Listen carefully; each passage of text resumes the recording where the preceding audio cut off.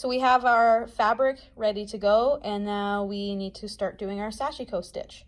So Sashiko stitch is like the running stitch, but there's a slightly different technique to do it. So I'm going to show you that now. With your fabric, we want to start our stitch on the top right-hand corner, and we want to start by coming through right where this line meets this line. So right on the corner here. Now, normally on a running stitch, we would put the needle all the way through and we would pull it all the way out. For a Sashiko stitch, we do it a little bit differently. So what we're doing is we're just moving the needle up and down through the fabric, right at each intersection of those lines. So I'm just pushing the fabric on top of the needle. I'm not really moving the needle. I'm mostly just pushing the fabric. And the fabric is getting bunched up on the needle, which is fine. That's kind of what we want. We go down and we go up. We also want our last stitch in a line to be on the same side as the grid. So now that we have all of that, we can pull it through. Might be a little bit tricky, but just take your time, pull it all the way through. And our knot will stop right here. So now we can kind of flip it so that we always have the needle on the right-hand side. This works if you're right-handed. If you're left-handed, you might want to start on the left-hand side. So now all we need to do is go to the next intersection on the next row. So we've completed this row of stitches. If you turn the fabric over, looks like a nice straight line. We can now go to the next row. I'm going to go diagonally because that's where the next intersection starts. And we'll go in through the fabric and then up and then in and then up. And I'll keep going till I get to the end.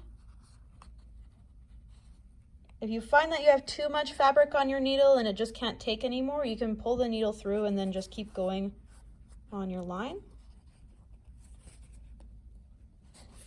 And remember, we always want the last stitch in a line to come up on the same side as the grid. So then we'll pull it through.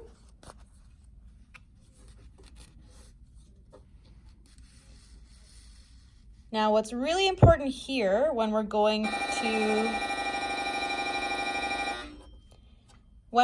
to another row is this stitch right here going from this row to this row. We want it to be a little bit loose, okay? If it's too tight, the fabric will start to bunch up and then it'll get really warped. So we don't want that. Make sure this stitch right here is a little bit looser than the other ones. If we flip it over, we can see that we have another nice straight line. So now we can go to the next one. I'm going to go to this corner right here. That's the next intersection. And I'm going to flip it so that I'm working on the right-hand side.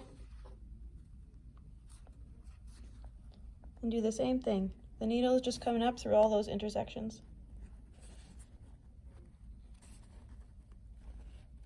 Now I'm also noticing that I'm running out of thread. So I will not go too far. Maybe I'll stop right here. We'll make sure that this stitch is a little bit loose.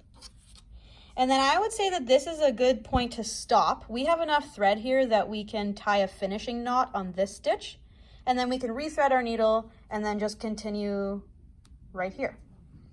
So in case you forget, finishing knot looks like this. We put our needle underneath the last stitch that we did. Now we have a loop. Needle goes through that loop. We pull tight to make a knot.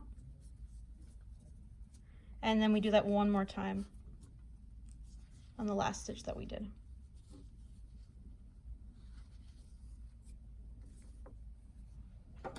Trim.